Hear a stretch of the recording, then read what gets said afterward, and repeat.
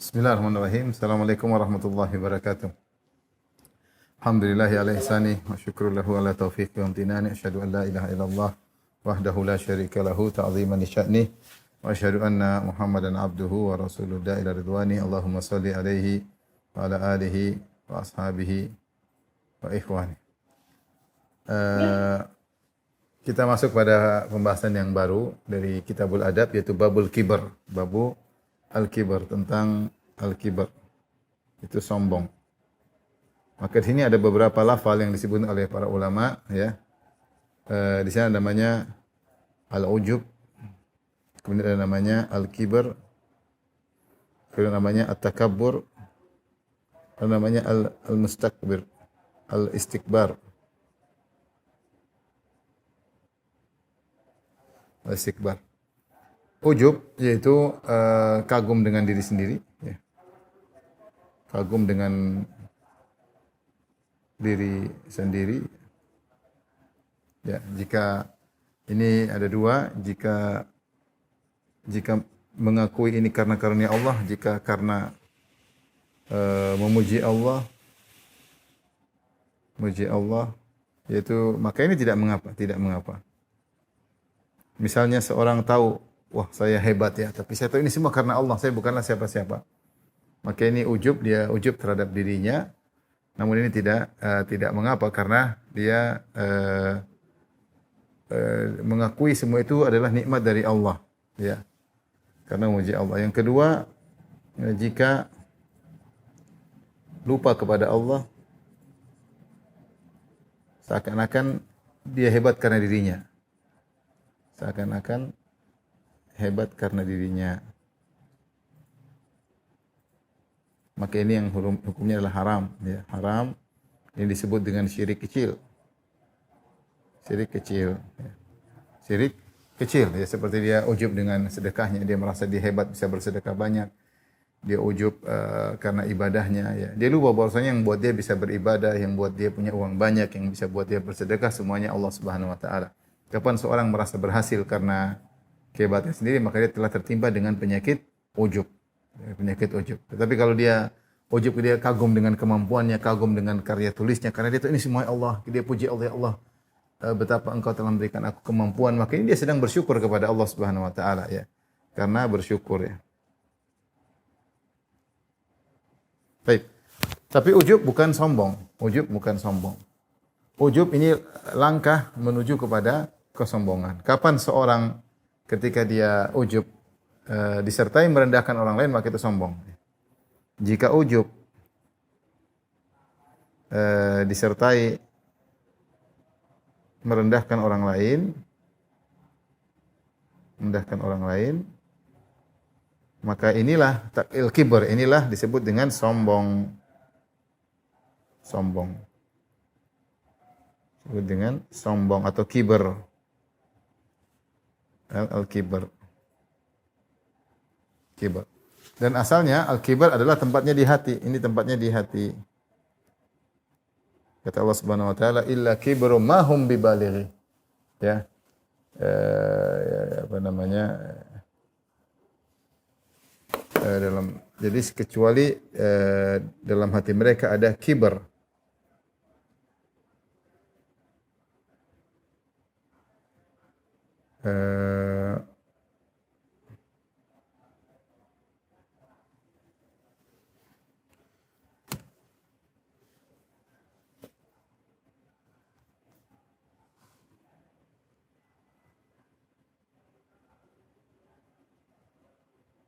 Seperti dalam ayat surat Ghafir, ya, kata Allah Subhanahu wa taala, innal ladzina yujadiluna fi ayatillahi bighairi sultanin atahum in fi sudurihim illa kibrun ma hum bibalighi. Ya, jadi kata Allah, sungguhnya orang-orang yang mendebat engkau dalam ayat-ayat Allah, yaitu ngeyel, bighairi sultanin, tanpa dalil yang datang kepada mereka, in fi sudurihim illa kibrun. Kata Allah, in fi sudurihim illa kibrun ma hum bibalighi. Sungguhnya dalam dada mereka itu ada sombong. Jadi sombong asalnya tempatnya di hati. Dalam surat Ghafir ayat 56. Surat 40 ayat 56. Ya, ini menunjukkan sombong tempatnya di hati. Kata Ibnu Hajar rahimahullahu taala, jika kemudian kesombongan tersebut nampak pada anggota tubuh, maka disebut takabbur. Ini jika sombong tersebut muncul di anggota tubuh. Dari misalnya lisan atau cara jalan, misalnya ucapan, kemudian cara jalan, ya, cara gestur tubuh, ya, gestur tubuh, ya. Maka ini jadi disebut dengan takabbur, ya, takabbur seperti firman Allah Subhanahu wa taala, seperti firman Allah Subhanahu wa taala, "Wala tamshi fil ardi maraha." Janganlah kau berjalan dengan cara sombong. Al-istikbar yaitu memaksa diri untuk merasa besar. Ini lebih parah dari takabbur, dia merasa diri padahal dia tidak seperti itu. Yaitu memaksa diri untuk merasa hebat, untuk merasa besar. Padahal dia tidak besar, ya. Ini istilah-istilah sebenarnya maknanya mirip-mirip. Cuma kita bisa membedakan antara ujub, ada al-kibar, ada takabbur, ada istikbar. Tentunya ini semua tercela sebagaimana yang akan kita bahas. Ini perbedaan, ya, antara secara makna. Taib. Al-Imam Al-Bukhari berkata, babu al-kibar, bab tentang sombong. Wa qala Mujahid, kemudian Imam Bukhari menukil perkataan Al-Imam Al-Mujahid, ya, yaitu muridnya Ibnu Abbas radhiyallahu taala anhu, ya. Dalam surat Al-Hajj, Thaniyati fihi. Ini sudah, ya. Saya lanjutkan. Thaniyati fihi maknanya adalah dia memalingkan lehernya atau memalingkan lehernya atau memalingkan lambungnya. Mujahid adalah murid dari sahabat Ibnu Abbas radhiyallahu taala anhuma dan sering dinukil tafsirannya. Jadi dia tabi'in. Gurunya adalah Ibnu Abbas gurunya adalah Nabi Muhammad sallallahu alaihi wasallam, dan Mujahid membaca Quran di depan Ibnu Abbas dari awal sampai akhir. Mujahid. Sehingga tafsiran dia banyak dinukil dalam buku-buku tafsir secara bersanad, seperti dalam tafsir At-Tabari banyak sekali menukil perkataan Mujahid karena dia salah seorang dari murid utama dari Ibnu Abbas. Beliau sedang menafsirkan firman Allah dalam surat Al-Hajj. Allah berfirman, Thaniya itu fihi, atau sebelumnya dalam ini ayat 9, ayat 8 kata Allah Subhanahu wa taala, saya ulangi. Thaniya itu fihi, firman Allah, Thaniya itu fihi. Ini Quran surat Al-Hajj ayat 9. Sebelumnya ada ayat ke-8 tentang debat, kata Allah Subhanahu wa taala, wa minan nasi may yujadilu fillahi bighairi ilmin wala hudan wala kitabim munir. Dan di antara manusia ada yang mendebat ayat-ayat Allah, mendebat tentang Allah bighairi ilmin, tanpa ilmu, wala hudan, dan tanpa petunjuk, wala kitabim munir, dan juga tanpa kitab yang bercahaya, tanpa dalil sama sekali. Kenapa dia nekat berdebat? Kata Allah, thaniya itu fihi liyudhilla an sabilillah. Ternyata sebabnya ini, dalam kondisi thaniya itu fihi, dia memalingkan lehernya, raqabatahu atau unuqahu, memalingkan lehernya. Ada yang memalingkan badannya, ada yang intinya dia sombong, ya, entah malingkan lehernya, malingkan lambungnya. Ini thaniya itu fihi. Jadi dia ternyata berani mendebat tanpa dalil, tanpa Al-Qur'an, tanpa sunnah, tanpa petunjuk. Sebabnya kenapa dia berani? Karena sombong. Sombong tersebut nampak, ini takabbur, ya.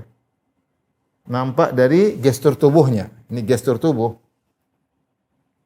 Gestur tubuh, yaitu dengan memalingkan. Makanya di antara bentuk gestur tubuh sombong adalah memalingkan wajah. Seperti kata Allah Subhanahu wa taala, "Wala tusair khaddaka lin-nasi wala tamshi fil ardi maraha." Janganlah engkau memalingkan lehermu ketika berbicara dengan orang, dan janganlah engkau berjalan dengan sombong, ya.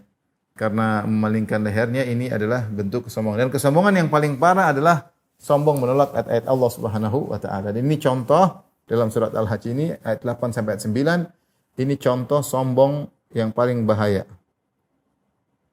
Sombong yang paling bahaya karena ketika Allah Subhanahu wa taala atau Rasulullah SAW menjelaskan tentang sombong, Kata Rasulullah SAW, al-kibru batarul haq wa ghamtun nas. Kata Nabi SAW, al-kibru batarul haq wa ghamtun nas.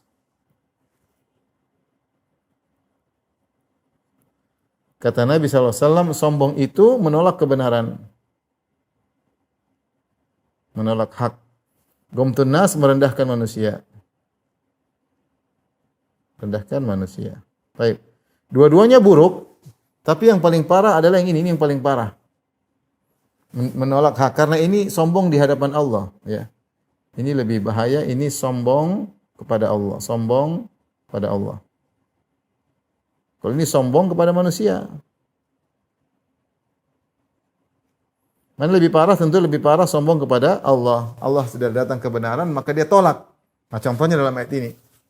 Allah mengatakan, wa minan nasi may yujadilu fillahi bighairi ilmin wala huda wala kitabim munir thani atfihi liyudhil an sabilillah.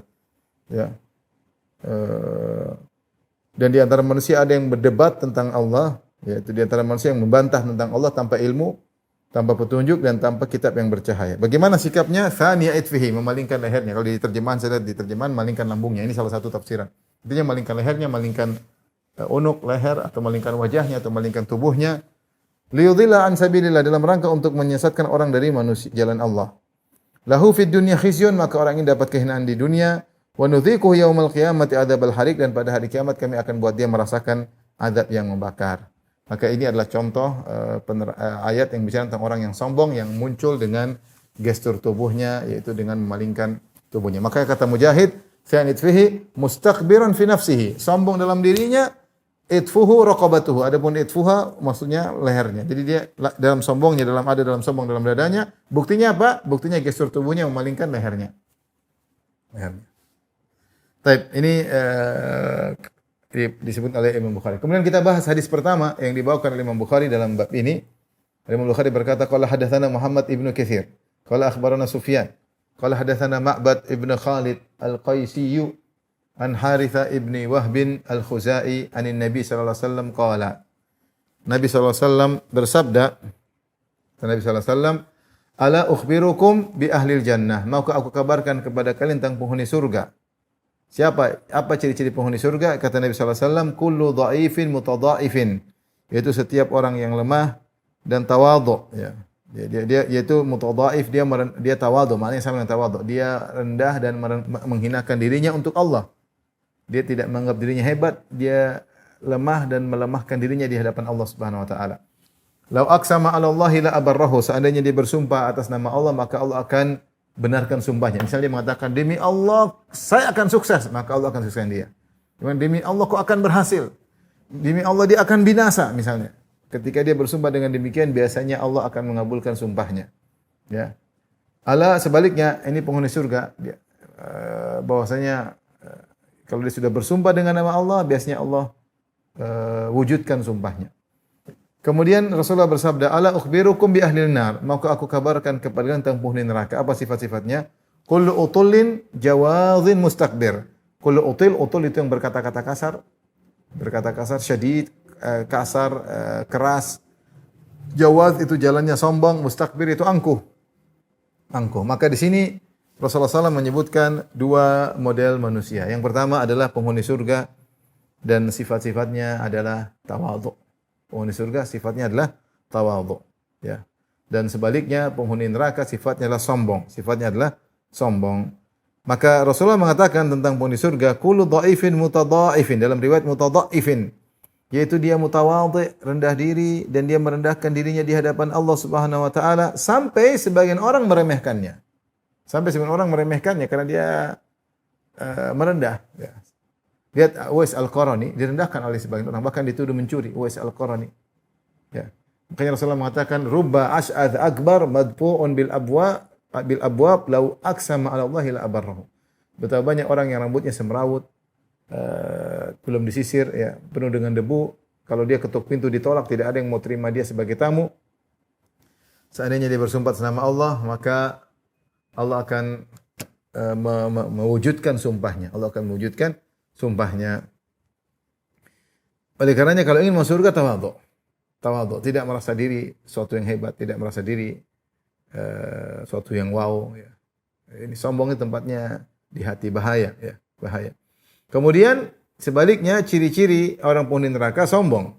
Kata Allah Subhanahu wa taala tentang orang sombong, tentang neraka jahanam, fa bi'sa maswal mutakabbirin. Sungguhnya neraka adalah seburuk-buruk tempat untuk orang-orang sombong. Makanya yang menempati neraka orang sombong. Makhluk sombong, iblis sombong. Ya. Aba wastakbar, sombong tidak mau sujud kepada Adam pada Allah yang perintahkan. Ya. Qarun, Fir'aun, semua orang sombong ya. Orang Yahudi sombong, sombong dengan rasnya, sombong dengan rasisnya, sombong, semua neraka. Ya, neraka.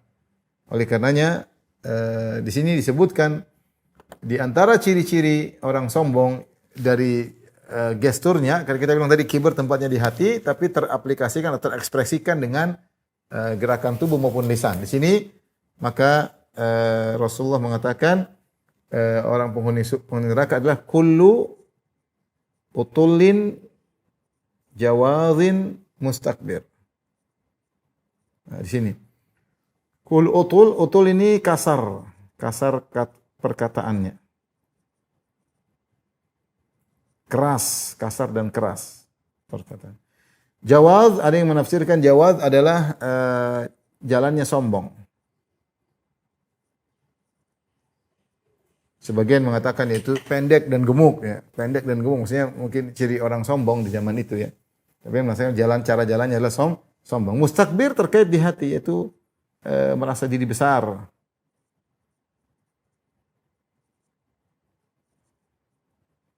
Maka ini dalil bahwasanya orang sombong itu akan nampak pada gestur tubuh. Mau disembunyikan tetap kelihatan cara tulisannya, cara omongannya, cara bicaranya.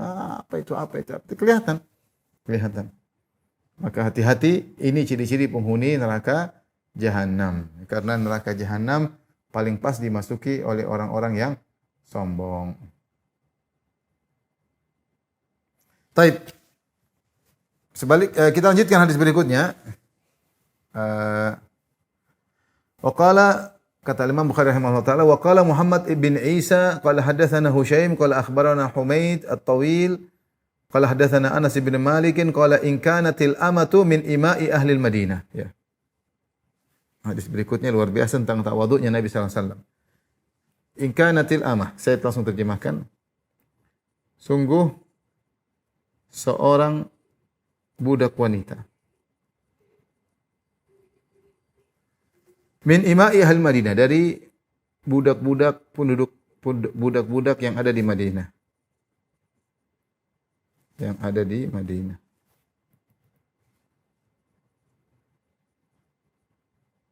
Kemudian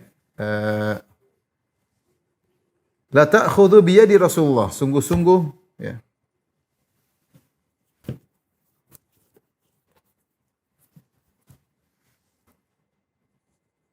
Sungguh-sungguh mengambil tangan Nabi. Saya ingin terjemahkan karena masing-masing ini kata ini menunjukkan puncak tawadhu'nya Nabi sallallahu alaihi wasallam. Fatantaliqu bihi haitsu sya'at. Lalu itu Nabi sallallahu alaihi wasallam lalu membawa Nabi kemanapun dia mau pergi. Kemudian dia suka. Baik. Hadis ini tentang Rasulullah tidak sombong. Rasulullah jauh dari kesombongan. Pertama, yang memegang Nabi, yaitu dia ada keperluan dengan Nabi, adalah seorang budak. Pertama dia budak. Dan ternyata ini pertama, dia budak. Dan ternyata budak ini budak wanita, bukan laki-laki. Ini yang kedua. Menunjukkan, ya mungkin budak laki, oke, budak perempuan, bahkan budak perempuan. Kemudian yang ketiga di antara yang menunjukkan Rasulullah benar-benar tawadhu, di antara budak yang ada di Madinah, yaitu keempat, yaitu budak manapun. Yaitu budak manapun, tidak pilih-pilih. Yaitu budak manapun kalau mau ada keperluan dengan Nabi, dia pegang Nabi, dia bawa, Nabi biarin. Ya. Sungguh-sungguh mengambil tangan Nabi, sungguh-sungguh memegang tangan Nabi, sungguh-sungguh mengambil tangan Nabi. Ini menunjukkan benar-benar bebas menggiring Nabi.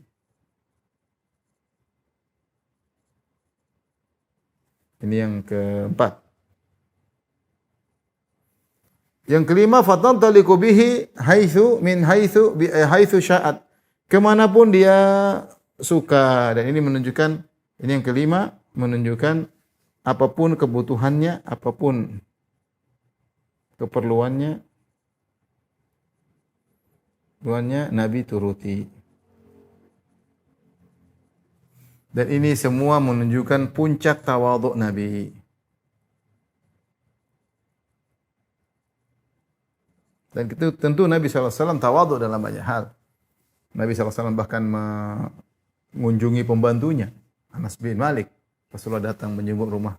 Bahkan ketika ada orang Yahudi pernah bekerja bersama Nabi sebagai pembantu Nabi, ketika sakit Nabi jenguk itu Yahudi. Luar biasa. Makanya di antara perkataan Razi yang luar biasa dalam kitabnya Al-Arba'in, dia mengatakan bahwasanya Nabi SAW di antara tanda kenabiannya adalah zuhud. Selalu, tidak pernah tidak zuhud, selalu zuhud. Dan di antara bukti zuhudnya, beliau di puncak tawadhu di hadapan orang miskin. Dan beliau tidak di puncak tidak memelas sama sekali di hadapan orang kaya. Di hadapan orang kaya. Kita secara umum manusia, secara umum saya tidak bicara kita. Kalau sama orang kaya kita iya. Sama orang miskin kita tarafu, merasa tinggi. Nabi sebaliknya. Maka kita sama-sama belajar. Kalau depan kita ada orang miskin, coba kita merendah. Karena Allah. Ya. Jangan lihat karena starta ekonomi. Ya kita cenderungnya kita meremehkan, merendahkan. Siapa dia orang miskin, kita bukan siapa-siapa. Tapi Nabi sebaliknya, justru orang yang tidak siapa-siapa dan bukan siapa-siapa, Nabi malah perhatian. Dan orang yang siapa-siapa ya Nabi biasa-biasa aja. Ini PR bagi kita semua. Kalau memang kau zuhud kepada dunia, kalau benar-benar mencari pahala, zuhud kepada dunia itu berarti tamak kepada akhirat. Dia tawadhu, justru tawadhu di hadapan orang yang tidak ada apa-apa, tidak beri pamrih sama kita, yang tidak memberi jasa sama kita. Makanya Nabi justru kepada orang-orang lemah, Nabi benar-benar perhatian. Ini dalil kata Ibnu Hajar menunjukkan Rasulullah di puncak tawadhu. Lihat, bayangkan budak, bukan orang kaya, pengen ketemu Nabi. Budak tersebut kemudian budak manapun, budak wanita lagi, kemudian pegang tangan Nabi dibawa kemana-mana, subhanallah. Siapa yang bisa seperti Rasulullah Sallallahu Alaihi Wasallam? Maka kita berusaha melatih diri kalau ada orang miskin depan kita datang pengen ketemu apa, coba kita merendah. Ingat Allah lihat hati kita. Latih diri. Itulah sunnah Nabi Sallallahu Alaihi Wasallam. Bukan sebaliknya, semakin susah ditemui, kemudian harus orang kaya, harus ini nggak beres, ini nggak benar ini. Ini ngajinya nggak benar kalau seperti ini.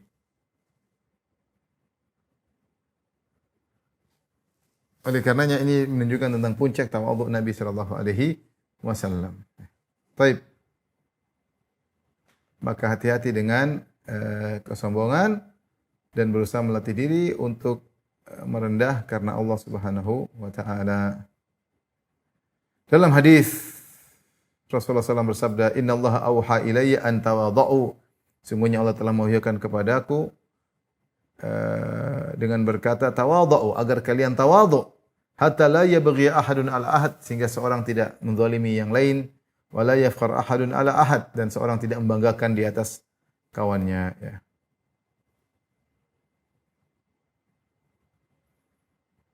Taib yang Rasulullah mengatakan la yadkhul jannata man kana fi qalbi mithqala dzarratin min kibr, tidak masuk surga dalam hatinya ada kesombongan meskipun sebesar zarrah. Kita masuk bab berikutnya. Babul hijrah atau bab hajar, memboikot atau mendiamkan. Wa qauli Rasulillah sallallahu alaihi wasallam, dan sabda Nabi sallallahu alaihi wasallam, la yahilu li rajulin an yahjura akhahu fawqa thalath. Tidak halal bagi seorang untuk memboikot saudaranya, mendiamkan saudaranya lebih dari 3 hari. Sekarang bab berikutnya di antara bab adab, boleh memboikot cuma 3 hari, lebih dari 3 hari tidak boleh. Jadi kita bacakan hadisnya. Qala haddatsana Abu Yaman, qala akhbarana Syu'aib an Az-Zuhri, qala haddatsani Auf bin Malik ibn Tufail wa ibn al-Harith wa huwa ibnu akhi Aisyah. Ya. Ibnu akhi Aisyah, yaitu hadis ini diriwayatkan oleh Auf bin Malik bin Tufail dan Tufail bin Harith bin Harith wa huwa ibnu akhi Aisyah, maka dia adalah anak dari saudara Aisyah seibu. Saudara Aisyah seibu dijelaskan oleh Ibnu Hajar rahimahullah. Saya lihat lagi.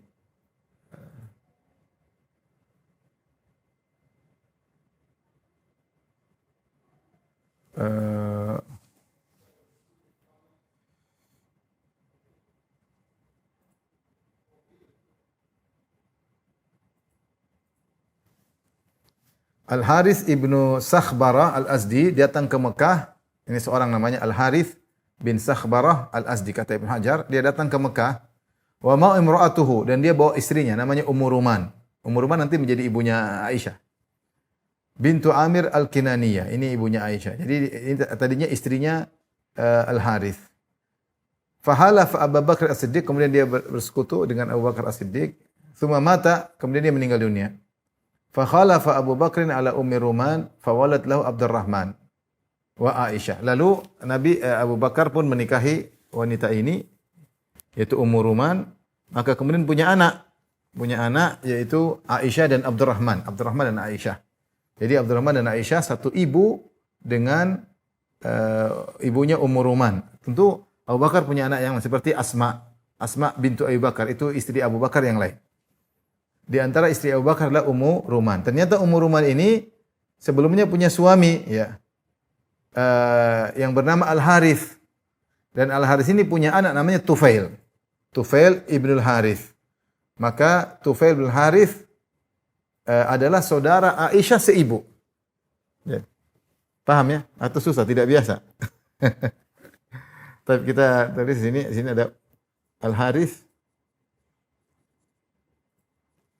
menikah dengan Ummu Ruman.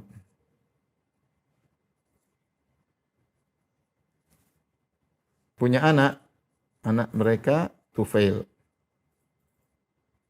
Namanya At-Tufail. Berarti Tufail ibnu Al-Harith. Kemudian Al-Harith meninggal, Ummu Ruman kemudian menikah dengan Abu Bakar. Harith meninggal, wafat. Maka Ummu Ruman menikah dengan Abu Bakar As-Siddiq. Abu Bakar. Dari mereka punya anak mereka ada dua, yaitu Abdurrahman dan Aisyah. Dengan demikian berarti Aisyah dan Tufail saudara seibu.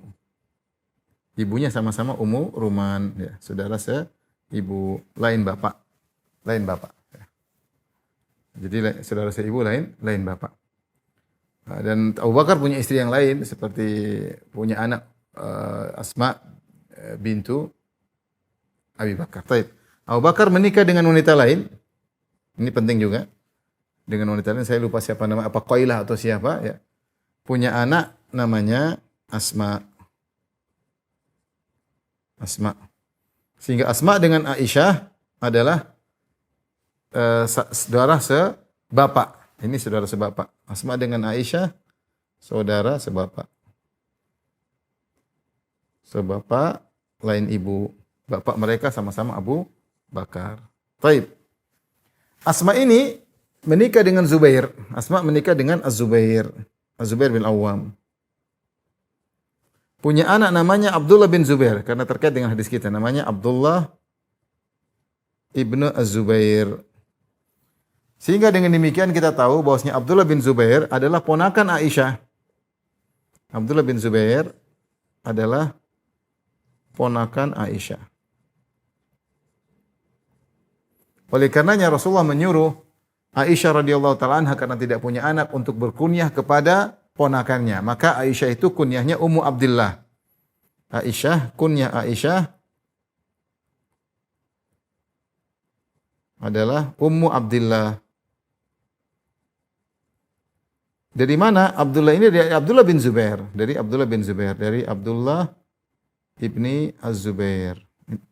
Ini saya perlu jelaskan karena ini terkait dengan bahasan kita. Bagaimana kedekatan Abdullah bin Zubair dengan Aisyah radhiyallahu taala anha.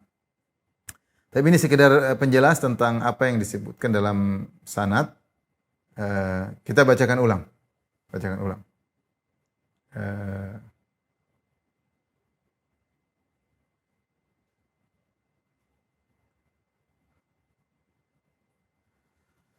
Qala hadatsana Abdul Yaman qala akhbarana Syuaib an Az-Zuhri qala hadatsani Auf bin Malik bin Tufail ibnu Al-Harith wa huwa ibnu akhi Aisyah. Terbilang Tufail adalah saudara Aisyah, saudara seibu dan bapak. Zaujin Nabi sallallahu alaihi wasallam li ummiha, saudara seibu dan bapak. anna Aisyah huddithat anna Abdullah ibn Zubair qala bai'in aw ata'in a'tathu Aisyatu wallahi la tanhiyanna Aisyatu aw la ahjuranna 'alaiha. Jadi Aisyah diberi kabar bahwasanya Abdullah bin Zubair ponakannya komentar tentang perbuatan Aisyah. Aisyah ini ternyata suka jual beli dan suka memberi hadiah. Aisyah terkenal sangat dermawan. Dia punya apa-apa dia jual, dia punya apa-apa dia jual, dia bagi-bagikan kepada fakir miskin. Sampai rumahnya dia pun sedekahkan. Maka Abdullah bin Zubair, ponakan Aisyah, kemudian komentar. Dia bilang, kenapa Aisyah seperti itu? Bibinya sendiri, ya khalahnya. Kata dia, la ahjurannahu, wallahi la tanhiyanna Aisyah. Hendaknya Aisyah berhenti dari perbuatan yang suka sedekah tanpa henti. Sedekah. Atau saya akan menghalangi dia mengelola hartanya. Saya akan kekang dia, tidak boleh ngurus harta. Karena menurut Abdullah bin Zubair, Aisyah ini terlalu dermawan sehingga tidak mikir, sehingga hartanya dia bagi-bagi. Itu Aisyah radhiyallahu ta'ala. Maka sampailah kabar ini kepada Aisyah. Aisyah pun marah, dia berkata, "Ahuwa qala hadza?" Apakah Abdullah bin Zubair ngomong begitu? Itu ponakannya sendiri. Qalu na'am, kata mereka iya. Qalat, maka di sini Aisyah marah. Aisyah kemudian bernadar, "Huwa lillahi alayya nadhrun alla ukallima ibn Zubair abadan." Saya bernadar kepada Allah, demi Allah saya tidak akan ngomong sama Ibnu Zubair selama-lamanya. Diboikot selama-lamanya. Kata para ulama karena maksudnya ini keberlebihan Ibnu Zubair. Ibnu Zubair itu dekat seperti sama Aisyah. Aisyah seperti ibunya, bahkan Aisyah ibunda kaum mukminin apalagi pada ponakannya. Bahkan Aisyah berkunyah dengan namanya Ummu Abdillah. Dan Aisyah sangat sayang kepadanya dan mereka sering ketemu, sering diskusi bagaimana ponakan sendiri. Kemudian dia tahu bagaimana keluarga Aisyah. Aisyah tidak sembarang ketika mengelola uangnya. Dia karena Allah Subhanahu wa taala, dia tahu apa yang dia lakukan. Kemudian tiba-tiba Ibnu Zubair, Abdullah bin Zubair mengatakan, kalau dia sedekah-sedekah terus saya akan cegah dia dari mengelola uang. Ya, ini tentu merendahkan Aisyah. Seakan-akan Aisyah tidak tahu mengatur keuangan. Yang orang yang tidak boleh mengatur keuangan itu orang gila, orang lemah akal, anak kecil itu. Sementara ini Aisyah yang diomong. Aisyah itu faqihah, wanita yang faqih. Bahkan para sahabat kalau ada masalah tanya kepada Aisyah. Mestinya orang semua tahu kedudukan Aisyah. Tiba-tiba ponakannya berani-berani ngomong, saya akan cegah dia, larang dia dari tidak boleh lagi mengelola uangnya. Maka ini bagi Aisyah sesuatu yang sangat berat. Sebenarnya disebut oleh Ibnu Hajar rahimahullah taala. Maka ketika itu dia pun bernadar, kata dia, huwa lillahi alayya nadhrun. Demi Allah, aku bernadar, alla ukallima ibn Zubairi abadan. Aku tidak akan bicara dengan dia selama-lamanya. Ternyata Aisyah menjalankan nadarnya. Bersumpah. Nadar harus dipenuhi. Dan ciri-ciri orang penghuni surga yufuna bin nadri, mereka menunaikan nadar mereka. Akhirnya Ibnu Zubair bingung, fastashfa Ibnu Zubair ilaiha hina talatil hijrah. Ternyata selama tidak ngomong sama Ibnu Zubair. Ibnu Zubair mulai gelisah. Ya. Maka kemudian dia minta syafaat kepada orang-orang, tolong kasih syafaat supaya ngomong ke Aisyah supaya bisa bicara dengan saya. Kata Aisyah, wallahi la usyaffi fihi abadan. Saya tidak menerima syafaat siapapun, saya tidak akan ngomong sama dia. Wala atahannatsu ila nadri, saya tidak akan menggagalkan nadarku. Bagi dia nazar berat, harus dipenuhi. Maka Aisyah mengatakan, saya tidak akan menggagalkan nadarku dan saya tidak akan terima syafaat dari siapapun. Karena Ibnu Zubair gelisah, dia suruh orang tolong ngomong Aisyah, tolong ngomong Aisyah. Ya. Sampai disebutkan Ibnu Zubair datang ke Muhajirin, ke Ansar, ke sahabat suruh ngomong Aisyah. Aisyah mengatakan, demi Allah saya tidak akan terima syafaat siapapun. Falamma tala dzalika ala Ibnu Zubair, kallama al-Miswar bin Makhramah wa Abdurrahman bin Aswad bin Abdi Yaguth. Maka akhirnya Ibnu Zubair ngomong kepada dua orang, duanya dari Bani Zuhra. Dan Aisyah ada perhatian kepada Bani Zuhra, wa huma min Bani Zuhra. Wa qala lahuma, ya. Maka kemudian Ibnu Zubair berkata kepada keduanya, anshudukum billah lama adkhaltumani ala Aisyah. Saya minta dengan nama Allah kalian masukkan aku untuk bisa bertemu dengan Aisyah. Fa innaha la yahilu laha an tanzira qati'ati. Tidak halal bagi dia untuk bernadar memutuskan silaturahmi denganku. Ya, karena ponakan, ya, ini kalau silaturahmi, rahim ini ring satu. Ya. Fa aqbala bihi Miswar. Akhirnya mereka bikin rencana supaya bisa ketemu Aisyah. Sudah lama enggak ketemu Ibnu Zubair, enggak bisa ketemu bibinya Aisyah. Maka akhirnya Miswar dan Abdurrahman ngajak Ibnu Zubair. Kemudian dia pun masuk di tengah-tengah selimut mereka. Jadi mereka datang ketemu Aisyah pakai selimut berdua. Mereka melakukan hilah, trik. Mustamilaini bi ardiyatihima, atau mustamilaini, mereka berdua pakai selimut hatta sta'dzana ala Aisyah. Kemudian mereka berdua minta izin untuk masuk ketemu Aisyah. Nah, Aisyah dibalik boleh masuk tapi tetap dibalik tabir. Faqala, kemudian mereka berdua yang berbicara. Karena kalau Ibnu Zubair bicara ketahuan suaranya. Aisyah tahu. Maka mereka berdua berkata, "Assalamu alayki wa rahmatullahi wa barakatuh." Assalamualaikum. Ya. Anadkhul, boleh kami masuk? Kata dua orang ini. Sahabat Al-Miswar dan Abdurrahman. Mereka berdua mengatakan, boleh kami masuk? Aisyah berkata, udkhul, silakan masuk. Kemudian mereka di sini bilang, kulluna, semua kita boleh masuk. Ya, di semua kita di situ ada Ibnu Zubair. Masuk di tengah-tengah. Aisyah enggak lihat karena di balik tabir. Kata mereka berdua, kulluna, kita semua boleh masuk? Qalat na'am, kata Aisyah, silakan. Udkhulu kullukum, kalian semua masuk.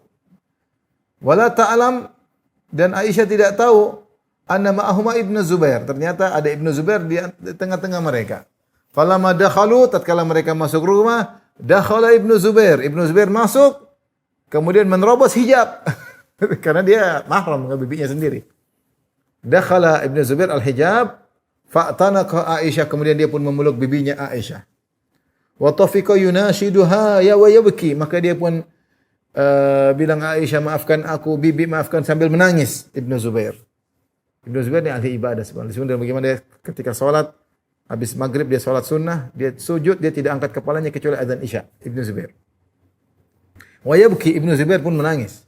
Wa tafiqal Miswar Abdurrahman yunashidaniha illa ma kallamathu wa qabilat minhu. Maka dia bilang, maafkan aku bibi, maafkan.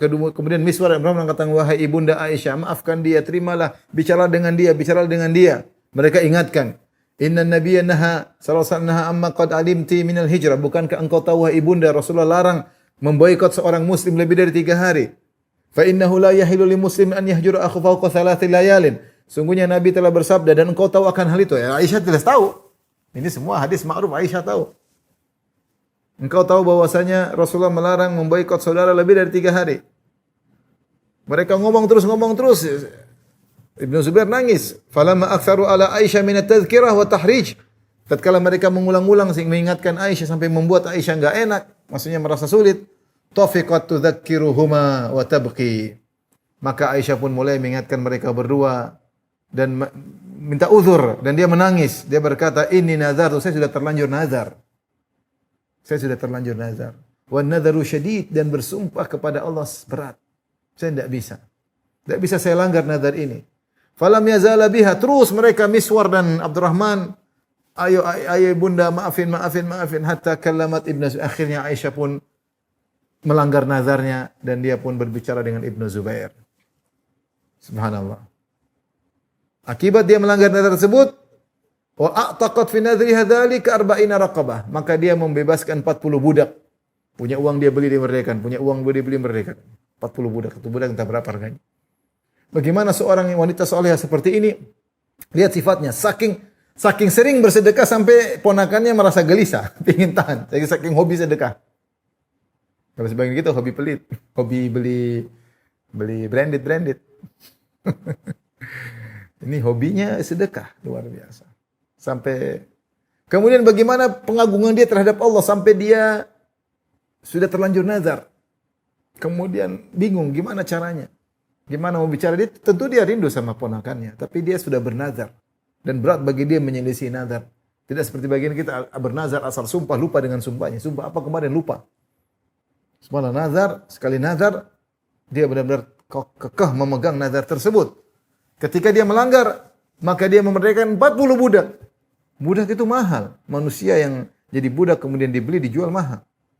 Wa kanat tadhkuru nadhraha ba'da dhalik. Setelah dia memberikan 40 budak, dia pun tidak merasa bebas, dia tidak merasa, padahal nadhar cuma puasa 3 hari selesai. Nadhar itu kan sumpah. Apa kafarah nadhar? Ya.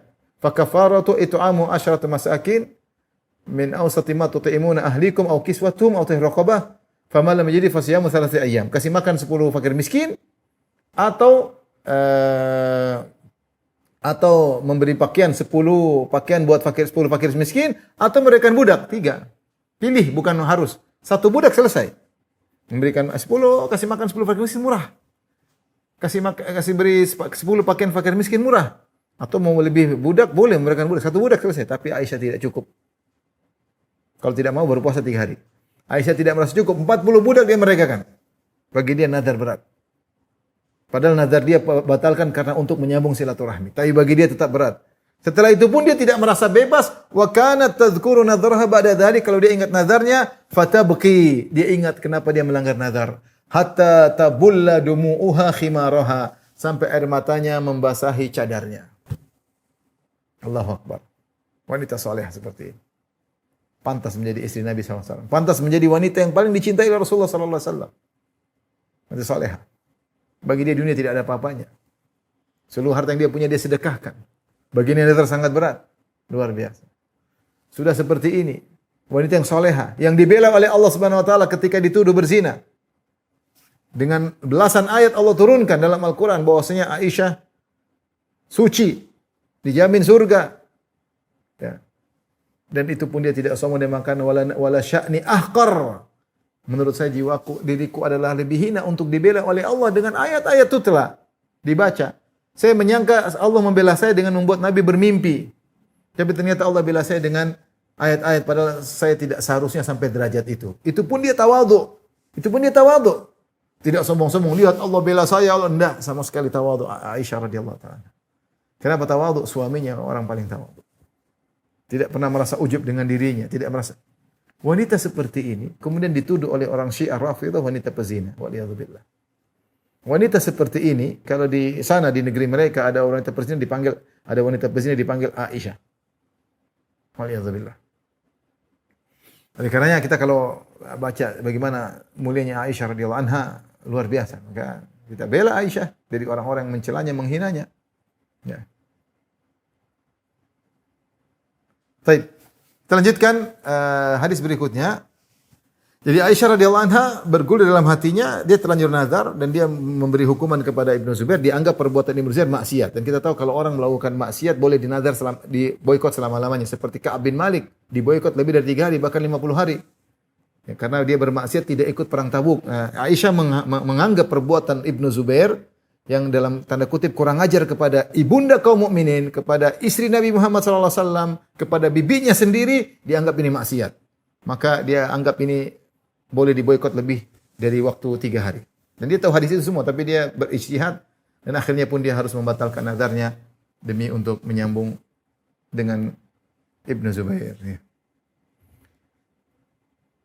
Baik, mungkin sampai sini aja ya, waktunya sudah habis ya. Allah Ta'ala alam bisawab. Kalau ada yang bertanya saya persilahkan. Nanti insyaallah kita lanjutkan. Baik Ustaz, terima kasih. Tunggu sebentar. Tanggung Dok. Kita lanjutkan yang selesai ini biar bab berikutnya. Hadis berikutnya qala hadatsana Abdullah bin Yusuf qala akhbarana Malik an Ibnu Syihab an Anas bin Malik anna Rasulullah sallallahu alaihi wasallam qala la tabaghadu wa la tahasadu wa la tadabaru wa kunu ibadallahi ikhwana wa la yahilu lil muslim an yajura akhahu fawqa 3 layalin. Hadis ini telah lalu, jangan kalian saling memusuhi, membenci, jangan kalian saling hasad, jangan kalian saling membalik belakang, tapi jadilah kalian hamba-hamba Allah yang bersaudara. Dan poinnya, tidak halal bagi seorang muslim untuk memboikot saudaranya lebih dari 3 hari. Jadi dalil bahwasanya memboikot saudara kalau kita jengkel urusan dunia. Jadi memboikot ada 2 sebab. Sebab urusan dunia hilang. Ya sudah. Jadi memboikot ada 2 sebab. Pertama sebab karena dunia, sebab karena urusan akhirat, urusan maksiat. Kalau karena dunia, maka kita tidak boleh boikot lebih dari 3 hari. Berarti mafhum mukhalafahnya boleh boikot kurang dari 3 hari, boleh. Karena orang jengkel, manusia tidak langsung bisa memaafkan. Maka syariat membolehkan untuk jengkel, dongkol 3 hari. Di telepon enggak usah angkat. Assalamualaikum, buang 3 hari aja, enggak boleh lebih. 3 hari kapan? 24 jam. Kalau mulai hari Senin jam 12, maka Senin jam 12. Selasa, Rabu, Kamis jam 12 sudah harus selesai. Enggak boleh lebih. 73 hari, 3 kali 24 jam, 72 jam. Enggak boleh lebih. Ini dalil bahwa beda kalau ternyata yang diboikot bukan muslim. Non-muslim boleh selama-lamanya, enggak ada masalah. Ini hadis terkait dengan muslim. Muslim saudara. Kemudian hadis berikutnya, hadis terakhir. Imam Bukhari berkata, qala haddatsana Abdullah bin Yusuf qala akhbarana Malik an Ibn Shihab an Atha bin Yazid al-Laitsi an Abi Ayyub al-Ansari anna Rasulullah sallallahu alaihi wasallam qala la yahillu li rajulin an yahjura akhahu fawqa thalath. Tidak halal bagi seorang muslim, seorang laki untuk memboikot, mendiamkan saudaranya lebih dari 3 hari. Yaltaqiyani, mereka berdua bertemu, fayuridu hadza wa yuridu hadza, satu melengos, berpaling. Wa khairuhuma alladhi yabda'u bisalam, terbaik di antara mereka berdua yang mulai mengucapkan salam. Ini dalil bahwasanya yang mulai mengalahkan egonya, syaitan mengatakan lanjutkan, dia kalahkan syaitan, dia kalahkan egonya, ini terbaik di sisi Allah. Nabi tidak berkata siapa yang mengaku salah, siapa yang tidak. Rasulullah yang mulai salam. Apakah statusnya dia salah atau benar, dia memulai salam. Maka dia yang menang dan dia yang terbaik, dan dia mengalahkan egonya, mengalahkan syaitan yang ingin menu domba di antara manusia. Khilaf di kalangan para ulama, jika seorang sudah memboikot, apakah cukup dengan salam selesai pemboikotan dia keluar daripada keharaman? Ada yang mengatakan tidak, harus kembali seperti semula. Ada yang mengatakan cukup dengan salam. Wallahu alam bisawab. Tentunya kalau untuk kembali seperti semula sulit. Kalau bisa kembali seperti semula yang terbaik, tapi tidak semua orang mampu melakukannya. Imam Ahmad mengatakan harus kembali seperti semula, tapi ini berat. Fattaqullaha masata'tum, bertakwalah semampunya. Maka kita cukup, yang penting tidak dendam-dendam lagi. Yang penting tidak dongkol-dongkolan lagi, tidak gibah-gibah di belakang, di balik layar, enggak, sudah hubungan baik, sudah. Tidak mesti harus seperti semula. Kemudian kalau ternyata berinteraksi dengan dia, ternyata menimbulkan kemudaratan, kita boleh lanjutkan pemboikotan meskipun salam, tapi tidak harus dekat. Karena kalau kita khawatir kita dekat malah mudarat. Dan Rasulullah mengatakan la darar wala dirar. Jangan sampai orang memberi mudarat kepada dirinya dan juga tidak boleh memberi mudarat kepada orang lain. Wallahu ta'ala alam bisawab. Ini saja saya kembalikan kepada Dr. Satrio. Tapi demikian saja yang saya sampaikan. Wabillahi taufiq. Assalamualaikum warahmatullahi wabarakatuh.